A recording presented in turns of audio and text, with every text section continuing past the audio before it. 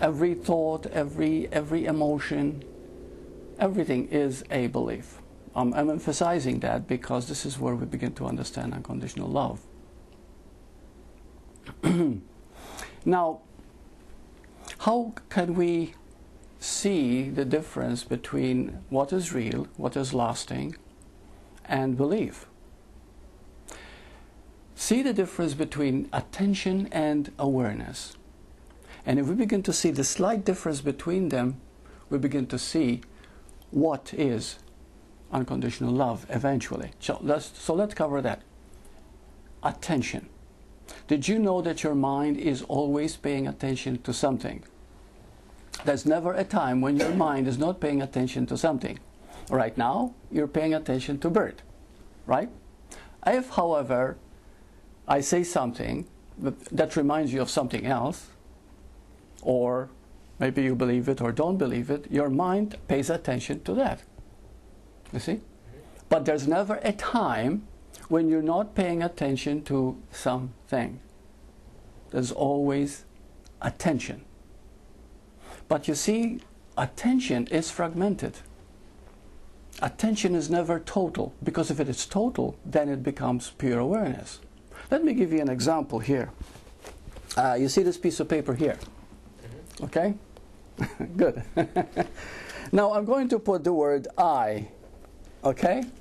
I. Okay. Now what do you see? Line on a page. Hmm? Line on a page. The line on the page? Oh, this line you mean?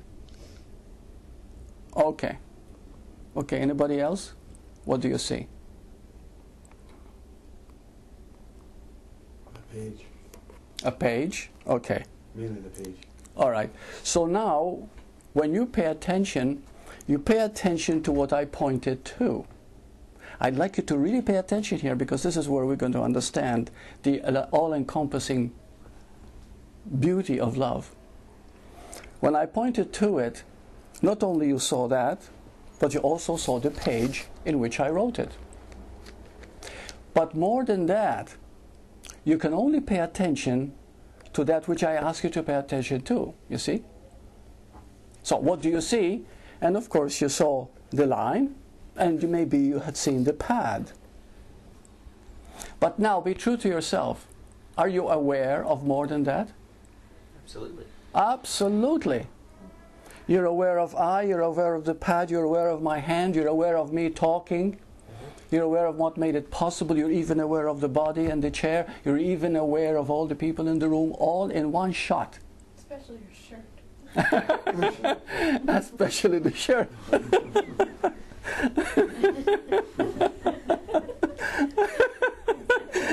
Okay. So, you see, but the attention could have been on the shirt alone. Or maybe the attention is taken back to something else. But awareness is all the time aware of everything. Are you with me? Okay, it's always aware of everything. You see? And did you know that awareness does not judge? Awareness is always now. It's never conscious of past and future. Because the moment you're aware of the past, it has become a thought. It is no longer pure awareness. Are you with me so far to understand the difference between attention and awareness? This is very, very important. Attention is fragmented. Attention comes from the mind. Attention is always there because the mind can never be without something to pay attention to. However, you can be aware of your attention. And that's when we begin to become immensely aware. See? Okay. So much for that. So now we have to move a little deeper than that. We know the difference between attention and awareness, okay? Awareness is always total. Now, as you sit there, if I were to ask you, who are you right now? Who are you right this moment?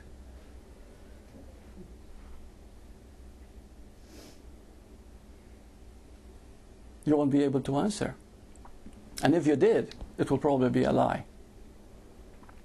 You see, because in the moment there is no self to see who you are. Do you understand? See, there's no ego to see that. So we said, who am I? Yeah. Right this moment. You can say, I just am. I'm here. You see? But that's what pure awareness is. Are we understanding now? You see? And you are that pure awareness which is called presence. But what is presence? Since it's not yours, it's not mine, it doesn't belong to anyone, it just is. Therefore, isn't that love? If I see you as my presence, which of course my presence and your presence are one, then I'm seeing you as myself. Now, isn't that love? And isn't that unconditioned? Because I'm not judging you, I'm not comparing you, I'm not owning you. You see? There's just that awareness, total. You see? And so as we move from attention to pure awareness, we begin to understand what is unconditional. Because attention is fragmented. What I mean is fragmented means you pay attention to this or that. You see? If a mother is holding the baby in her arms, and she's paying attention to her baby, making sure that it's sleeping, making sure that it's happy, blah, blah, blah, on and on and on and on. And her attention becomes 100% to the point where she forgets herself. Now she's pure awareness. That's total unconditional love. Okay? And that's the beauty. And they see that is not achieved. There is the understanding that you're not just a conditioned aspect. You are unconditional. And unconditional is not something you achieve, it is something you are. Right this moment. In fact, when I asked you, who are you? Nobody answered. Because there was no answer to it. Who am I? There's no answer to that. Because you're too vast. You see? An unaware person could say, well, I am Burt or I am John. But you're far more than that. So another aspect to cover and understand unconditional love, which is very, very beautiful, is the next one, understanding the will. Now it's been said there's only one will, the will of God, right? And it's true, the will of God. What is the will of God? What is the will of God? Whatever is happening. It's true, that's very, very good. That's very good. Whatever is happening is really the will of God. But let's go into, because primarily the whatever is happening is also part of that unconditional love.